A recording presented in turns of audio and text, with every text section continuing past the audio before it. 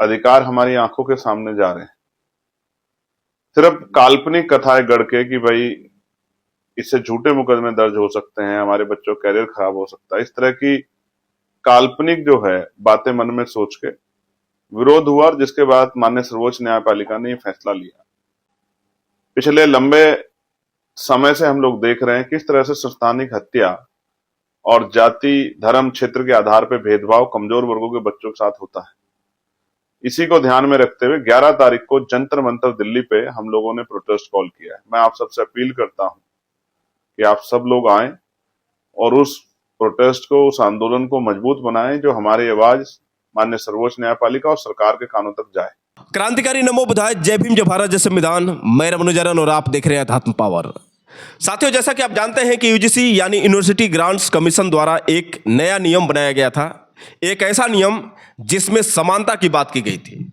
मतलब साथियों कि अगर एससी, एसटी और ओबीसी समाज के बच्चों के साथ अगर सवर्ण समाज के जितने भी टीचर हैं विश्वविद्यालयों के अंदर अगर किसी भी प्रकार का जातिगत भेदभाव करते हैं, जातिगत उत्पीड़न करते हैं, तो कहीं ना कहीं उनके खिलाफ अगर शिकायत की जाती है तो फिर उनके ऊपर कार्रवाई की जाएगी। और यही वजह है साथियों कि जितने भी सवर्ण समाज के लोग थे सड़कों पर उतर आए। साथियों देखिए कितनी बड़ी विडंबना है साथियों। जहाँ तक कि जातिवाद की बात की जाए तो देखते हैं साथियों कि आए दिन किस तरह से जातिवाद देखने को मिल रहे हैं, किस तरह से यादव समाज की लगातार चोटियां काटी जा रही है, कैसे दलित समाज के लोगों के साथ लगातार उत्पीड़न के जो मामले हैं सामने नजर आ रहे हैं।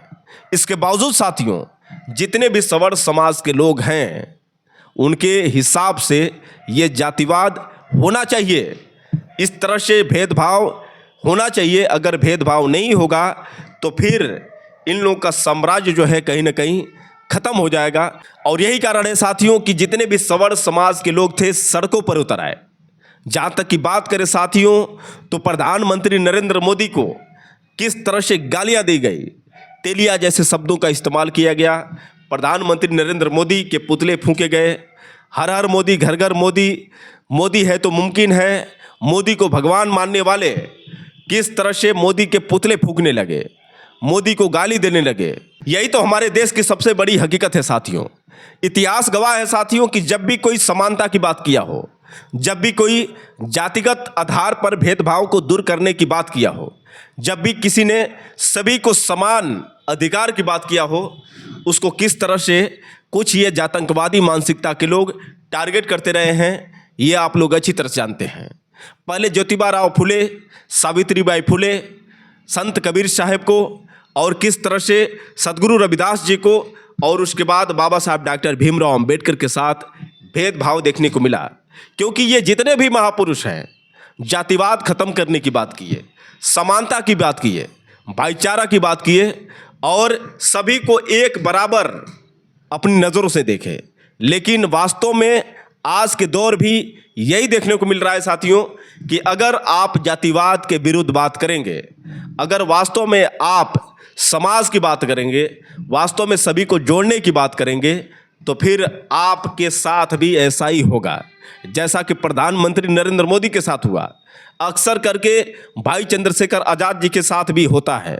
लगातार भाई चंद्रशेखर आज़ाद जी को किस तरह से जातंकवादी मानसिकता के लोग टारगेट करते रहते हैं ये आप अच्छी तरह से जानते हैं साथियों। लेकिन वहीं अगर आप इनके साथ हो गए, इनके हाँ में हाँ मिलाए, तो फिर ये किस तरह से आपकी जय जयकार करेंगे ये भी आप अच्छी तरह से जानते हैं। जब तक प्रधानमंत्री नरेंद्र मोदी इनकी बातों में थे, जब तक जय श्री राम की बात करते थे, जब तक राम मंदिर की बात करते थे, जब तक आडंबर पाखंड का सपोर्ट करते थे और जातिवाद को बढ़ावा देते थे, तो इनको लगता था कि मोदी भगवान है। लेकिन जब प्रधानमंत्री नरेंद्र मोदी ने यूजीसी का नया नियम लागू करवाने की बात की तो कैसे प्रधानमंत्री नरेंद्र मोदी को गालियां सुनने को मिली, कैसे तेलिया जैसे शब्दों का इस्तेमाल किया जाने लगा और कैसे उनके पुतले बनाकर फूंके जाने लगे। तो साथियों आप समझ सकते हैं कि ये जो जातंकवादी हैं, ये जो ब्राह्मणवादी विचारधारा के लोग हैं, जो मनवादी विचारधारा के लोग हैं, ये किस किस्म के लोग हैं। ये किसी भी कीमत पर नहीं चाहते हैं कि जातिवाद खत्म हो। आपको बता दें साथियों कि यूजीसी के नए नियम के विरोध में सवर्ण समाज के जब मैदान में उतरे तो चंद्रशेखर आजाद ने आगरा के ऐतिहासिक महारैली में कहा कि जितने भी ये दुराचार जैसे स्वभाव के लोग हैं, इनको डर है कि कहीं ना कहीं अगर यूजीसी का नया नियम लागू हो गया तो हम एकलव्य का अंगूठा नहीं काट पाएंगे, और यही कारण है कि वो विरोध कर रहे हैं। उसके बाद साथियों आपको बता दें कि एससी एसटी और ओबीसी वर्ग के जितने भी छात्र हैं सड़कों पर आंदोलन कर रहे हैं और यूजीसी के नए नियम को लागू करने की बार बार अपील कर रहे हैं, लेकिन सुप्रीम कोर्ट के ऊपर किसी भी प्रकार का असर नहीं पड़ रहा है। जो 12 घंटे का प्रदर्शन हुआ उसका सीधा असर पड़ गया, लेकिन साथियों उसके बाद अब तक जितने भी प्रदर्शन किए गए हैं इसका असर बिल्कुल भी सुप्रीम कोर्ट पर नहीं पड़ रहा है। उल्टे जितने भी लोग प्रदर्शन कर रहे हैं उनके ऊपर एफआईआर हो रहा है, उनको जेल में डाला जा रहा है। तो इसी बात से साथियों आप अंदाजा लगा सकते हैं कि किस प्रकार की शासन व्यवस्था है। आपको बता दें साथियों कि यूजीसी नए नियम के समर्थन में अगर कोई ढाल बनकर खड़ा रहा तो सिर्फ Bhim army chief Azad Samaj party के राष्ट्रीय अध्यक्ष व नगीना सांसद चंद्रशेखर आजाद रहे, बाकी अन्य तो लोग पलटी मार गए। साथियों आपने देखा साथियों किस तरह से बहन कुमारी मायावती ने भी पहले यूजीसी के नए नियम का समर्थन किया, उसके बाद जब सुप्रीम कोर्ट का ये फैसला आया, सुप्रीम कोर्ट ने यूजीसी के नए नियम पर रोक लगाई, तो फिर बहन कुमारी मायावती ने भी ये कहा कि सुप्रीम कोर्ट का ये जो फैसला है सही है। उसके बाद साथियों आपने देखा कि किस तरह से अखिलेश यादव चुप रहे और राहुल गांधी सीधे सवर्णों को समर्थन दे दिए। तो बात साथियों यहाँ पर सवर्ण समाज की वोट की थी, और यही कारण है कि जितने भी ये राजनीतिक दल के लोग थे सवर्ण समाज के समर्थन में आ गए। कुल मिलाकर देखा जाए साथियों तो जितनी भी विपक्ष की पार्टियां थीं उनको लगा कि हमारे वोट बैंक तो सुरक्षित है ही है, अगर सवर्ण समाज के वोट हमें मिल जाए तो फिर हम बीजेपी को रास्ते से हटा देंगे। यही कारण है साथियों कि जितनी भी विपक्ष की पार्टियां थीं सवर्ण समाज का समर्थन करने लगी। लेकिन साथियों न ही किसी भी प्रकार की वोट की चिंता और न ही किसी भी प्रकार का स्वार्थ, भीम आर्मी चीफ चंद्रशेखर आजाद डटे रहे और किसी भी कीमत पर पीछे नहीं हटे। लगातार रैलियों में भी उन्होंने यूजीसी के नए नियम का समर्थन किया। अब आपको बता दें साथियों कि Bhim army chief Azad Samaj party के राष्ट्रीय अध्यक्ष व नगीना सांसद चंद्रशेखर आजाद 11 फरवरी को दिल्ली के जंतर मंतर में एक बहुत बड़ा आंदोलन करने वाले हैं साथियों, और उन्होंने तमाम जितने भी एससी एसटी और ओबीसी समाज के लोग हैं उन लोगों से अपील किया है कि आप अपने बच्चों के भविष्य के लिए, आने वाली पीढ़ियों के लिए आप लोग मैदान में उतरिए। आप लोग डरिए नहीं। आप लोग अगर ये सोचते हैं कि हम पर मुकदमा हो जाएगा तो फिर आपकी ये गलतफहमी है। अगर आप मुकदमे से डरेंगे तो फिर आपके बच्चे उसी तरह से शिकार होंगे जैसे रोहित वेमुला शिकार हुए। बहुत सारे ऐसे एग्जाम्पल है साथियों। आखिर भीम आर्मी चीफ चंद्रशेखर आजाद ने और क्या कहा, पहले आप उनकी ये बात सुनिए, उसके बाद हम सीधे आपसे बात कर रहे हैं। साथियों जय भीम, जय भारत, जय मंडल, जय जोहार, जय संविधान। यूजीसी की नई गाइडलाइन जिन पे माननीय सर्वोच्च न्यायपालिका ने रोक लगाई और जिस तरह का बैकलॉग सेंट्रल यूनिवर्सिटियों में और अन्य डिपार्टमेंट में है, कहीं 80%, कहीं 83%, कहीं 65%, ये सब अधिकार हमारी आंखों के सामने जा रहे हैं। सिर्फ काल्पनिक कथाएं गढ़ के कि भाई इससे झूठे मुकदमे दर्ज हो सकते हैं, हमारे बच्चों का कैरियर खराब हो सकता है, इस तरह की काल्पनिक जो है बातें मन में सोच के विरोध हुआ, और जिसके बाद माननीय सर्वोच्च न्यायपालिका ने यह फैसला लिया। मैं मानता हूं कि लोकतंत्र में अपनी बात को मजबूती से रखना हर उस व्यक्ति का अधिकार है जिसके साथ अन्याय हो रहा है। पिछले लंबे समय से हम लोग देख रहे हैं किस तरह से संस्थानिक हत्या और जाति, धर्म, क्षेत्र के आधार पर भेदभाव कमजोर वर्गों के बच्चों के साथ होता है। इसी को ध्यान में रखते हुए 11 तारीख को जंतर मंतर दिल्ली पे हम लोगों ने प्रोटेस्ट कॉल किया है। मैं आप सबसे अपील करता हूं कि आप सब लोग आएं और उस प्रोटेस्ट को, उस आंदोलन को मजबूत बनाएं, जो हमारी आवाज माननीय सर्वोच्च न्यायपालिका और सरकार के कानों तक जाए।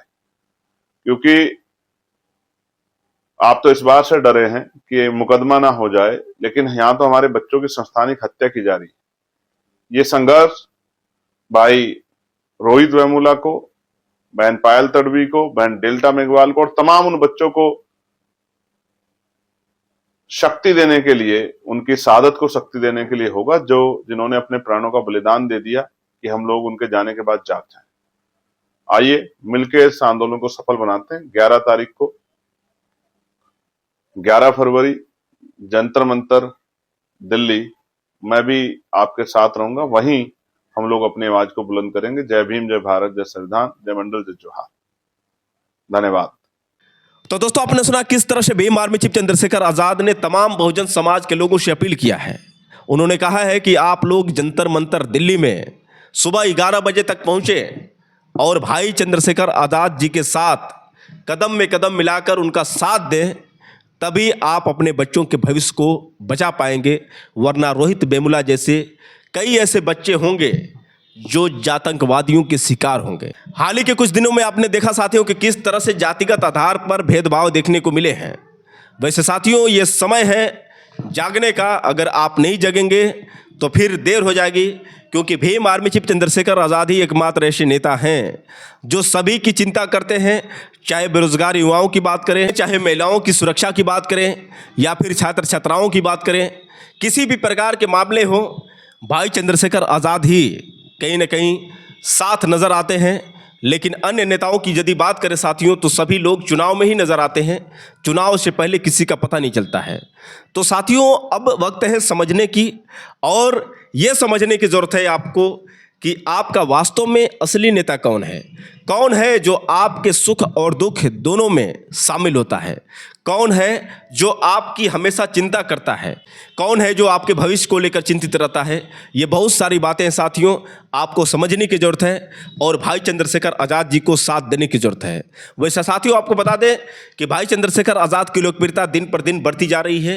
एक के बाद एक जिस तरह से ऐतिहासिक रैलियाँ हुई हैं, चाहे आगरा की GIC ग्राउंड की ऐतिहासिक महारैली हो, या फिर कन्नौज के छिबरा मऊ की कपूरपुर की ऐतिहासिक रैली हो, या फिर संत कबीर नगर के खलीलाबाद के जूनियर हाई स्कूल ग्राउंड की ऐतिहासिक रैली हो, हर जगह पर साथियों भीम आर्मी चीफ चंद्रशेखर आज़ाद की रैलियों में लगभग 10 से लेकर 20 लाख तक लोगों की भीड़ देखने को मिली। और ये संकेत है साथियों कि 2027 में एक बहुत बड़ा बदलाव देखने को मिल सकता है। और कहीं ना कहीं जो ये नारे लग रहे हैं कि सबकी पार्टी देख ली, अब की बार केतली, तो कहीं ना कहीं भाई चंद्रशेखर आज़ाद की जो केतली है इस बार अन्य विपक्षी पार्टियों पर भारी पड़ने वाली है। और लगता है कि भाई चंद्रशेखर आज़ाद 2027 में CM का ताज कहीं ना कहीं पहनने वाले हैं।